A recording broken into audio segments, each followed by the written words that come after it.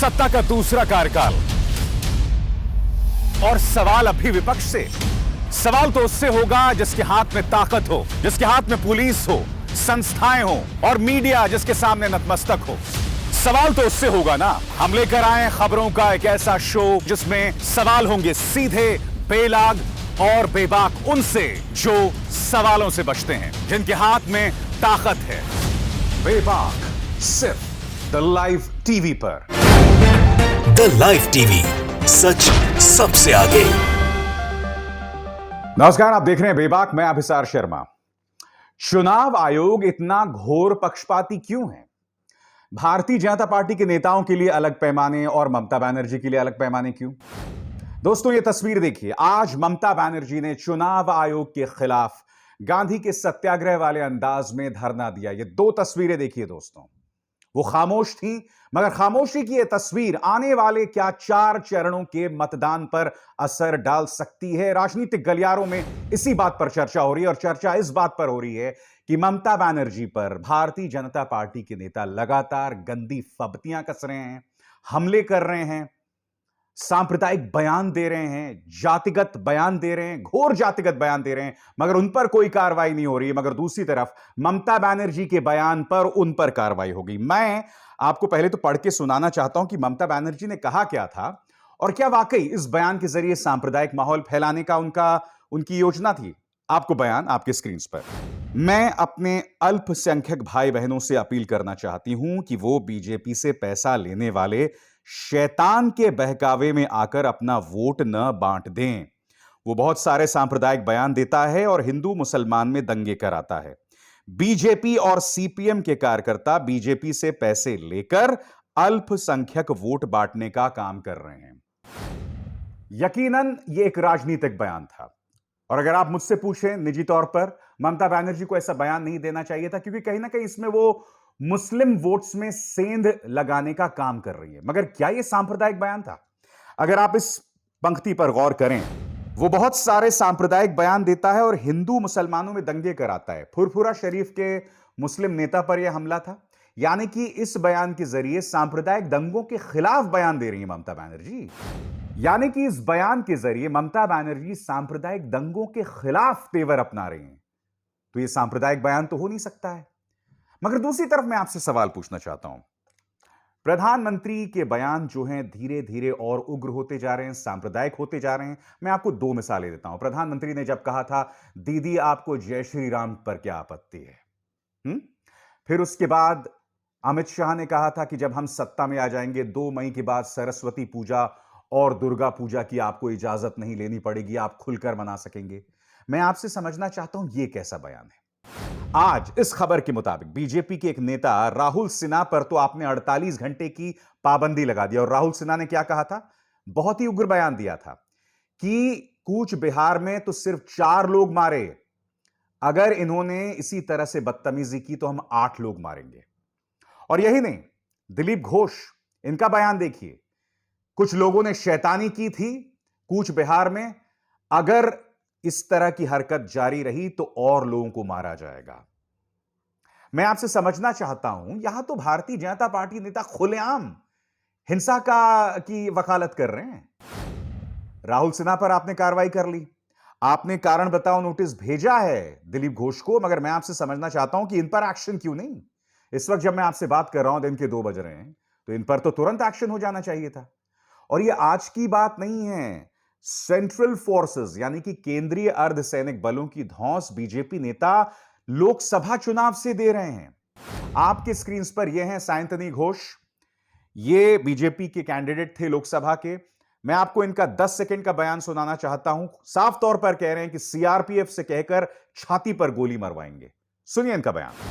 CRPF के बोले देव गुली जेन बुक लक्ष्य करे जाए, सीआरपीएफ के बोले देव गुली जेन बुक लक्ष्य करे जाए, गुली जेन पा लक्ष्य करे ना जाए। इससे दोस्तों 2 चीजें पता चलती है, चाहे दिलीप घोष ने जो कहा था, राहुल सिन्हा ने जो कहा था या सायंतनी घोष ने कहा था लोकसभा के चुनाव में।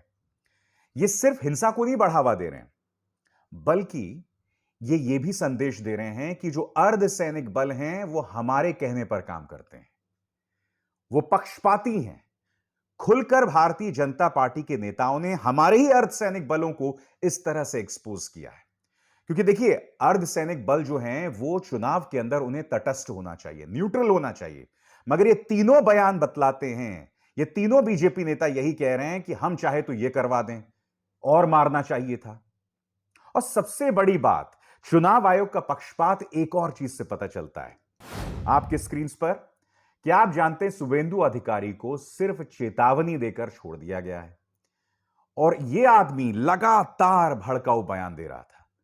ममता बनर्जी को बेगम बताना, फिर यह कहना कि टीएमसी सत्ता में आ जाएगी तो मिनी पाकिस्तान बन जाएगा। अरे, पश्चिम बंगाल को पाकिस्तान बनाने की बात कहना, ये क्या मतलब है? फिर यह कहना कि कश्मीर बन जाएगा, यानी कि कश्मीर ना हो गया कोई गाली हो गई। तो शुभेंदु अधिकारी ने तो दो गलत काम किए। पहला, सांप्रदायिक तौर पर पश्चिम बंगाल को गाली देना, और दूसरा, कश्मीर को गाली देना। कश्मीर कोई बुरा शब्द तो है नहीं, यह कहना कि कश्मीर बन जाएगा। और वैसे भाई धारा 370 हट गई है, वहां तो स्वर्ग आ जाना चाहिए था ना शुभेंदु जी। इसका मतलब स्वर्ग नहीं आया, इसका मतलब शुभेंदु अधिकारी प्रधानमंत्री मोदी के फैसलों पर सवाल खड़ा कर रहे हैं। तो मैं आपसे समझना चाहता हूं कि आखिर इन नेताओं पर कार्रवाई क्यों नहीं होती। खुलेआम ये लोग कह रहे हैं कि 4 नहीं 8 को गोली मार देनी चाहिए थी। और फिर चाहे प्रधानमंत्री नरेंद्र मोदी हो या अमित शाह, वो अपनी रैलीज में कहते हैं कि दीदी ने उन 5 टीएमसी कार्यकर्ता जो मारे गए उन्हें तो श्रद्धांजलि दी, मगर आनंद बर्मन, एक 18 साल का वोटर जो लाइन में खड़ा हुआ था जिसे गोली मार दी गई, उसे आपने श्रद्धांजलि क्यों नहीं दी? तो मैं अमित जी या मोदी जी से पूछना चाहता हूं, आपके नेता तो खुलेआम जश्न मना रहे हैं उन 5 टीएमसी कार्यकर्ताओं की मौत पर। वो ये तक कह रहे हैं कि नहीं, अभी तो हमने 4 नहीं 8 लोगों को मारना चाहिए था। मैं आपसे समझना चाहता हूं, कहां गई आपकी संवेदनशीलता? क्या आपने इन नेताओं को कटघरे में रखा है? क्या आपने इन्हें फोन करके बताया कि तुम कैसी बकवास कर रहे हो? बिल्कुल नहीं कहा आपने। क्यों? क्योंकि इन्हें लगता है चूंकि उन 4 या 5 लोगों का मजहब, क्योंकि वो मुसलमान हैं, इसलिए इन्हें लगता है कि इस तरह के घोर सांप्रदायिक बयान देने से इन्हें हिंदुओं का वोट मिलेगा। और इसको बढ़ावा कोई और नहीं बल्कि हमारे गृह मंत्री अमित शाह और प्रधानमंत्री भी कर रहे हैं। इन्हें कहीं ना कहीं, चाहे दिलीप घोष हो, राहुल बोस हो, इनके खिलाफ कड़े तेवर अपनाने चाहिए थे, मगर इन्होंने नहीं किया। उल्टा उसे बढ़ावा दिया जा रहा है। और अगर आपको समझना है दोस्तों कि चुनाव आयोग कितना पक्षपाती है, तो मैं आपको लोकसभा चुनाव की 2 मिसालें देता हूं। क्योंकि आप जानते हैं ना, प्रधानमंत्री पर अभी पश्चिम बंगाल के चुनावों में उनके बयानों पर उन्होंने कोई एक्शन लिया है, ना गृह मंत्री पर। शुभेंदु अधिकारी को वार्निंग देकर छोड़ दिया। दिलीप घोष पर कोई कार्रवाई अब तक नहीं की, इस वक्त जब मैं कार्यक्रम रिकॉर्ड कर रहा हूं।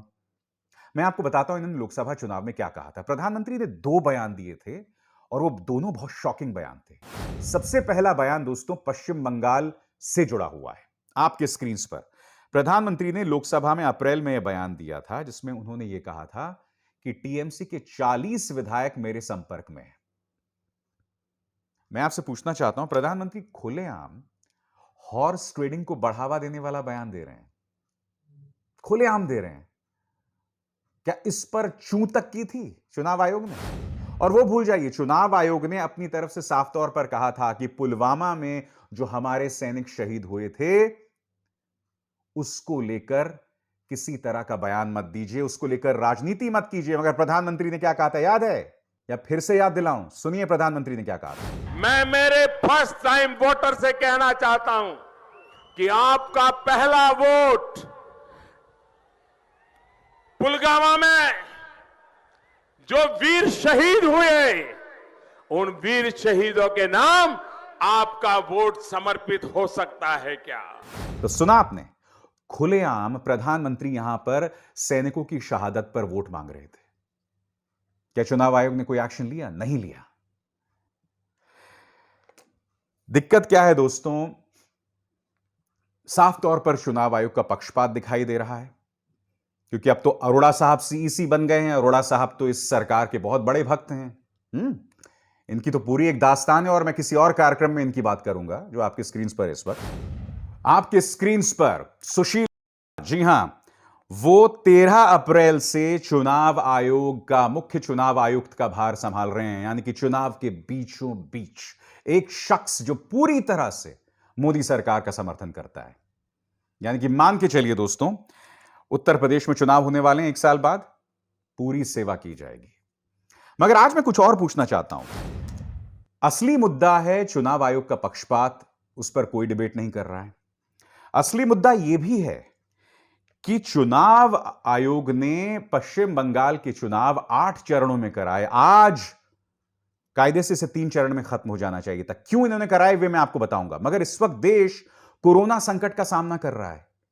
कोरोना इतना उग्र हो रहा है, कुंभ में कोरोना हो रहा है, मध्य प्रदेश में हालात बेकाबू हैं, गुजरात मॉडल तो धराशायी हो गया है, लखनऊ में त्राहिमाम मचा हुआ है।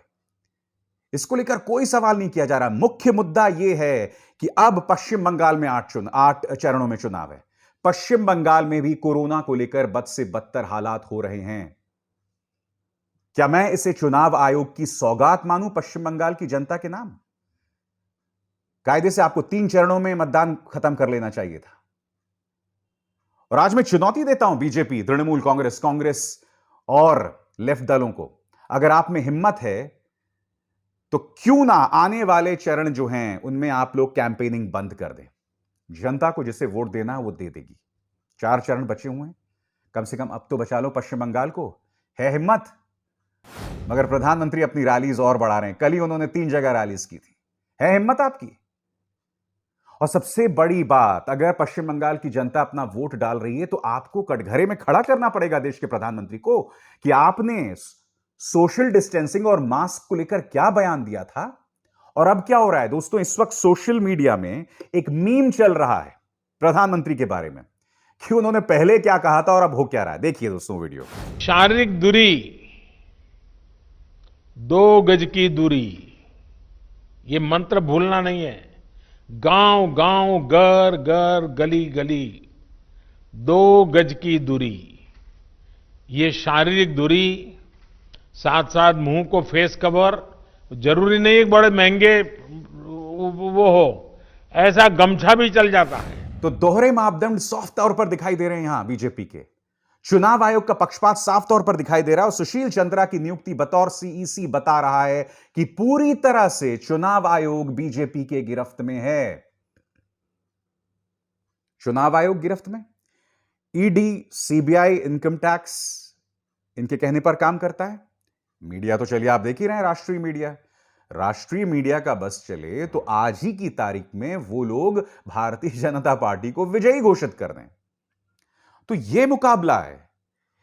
ममता बनर्जी ये ना भूलें, तृणमूल कांग्रेस में एकमात्र ब्रांड है, एकमात्र शख्सियत है और उनका मुकाबला देश के सबसे लोकप्रिय राजनेता प्रधानमंत्री नरेंद्र मोदी, उनकी पूरी ताकत, उनके पूरे मंत्रिमंडल, उनका रसूख और बीजेपी का पैसा।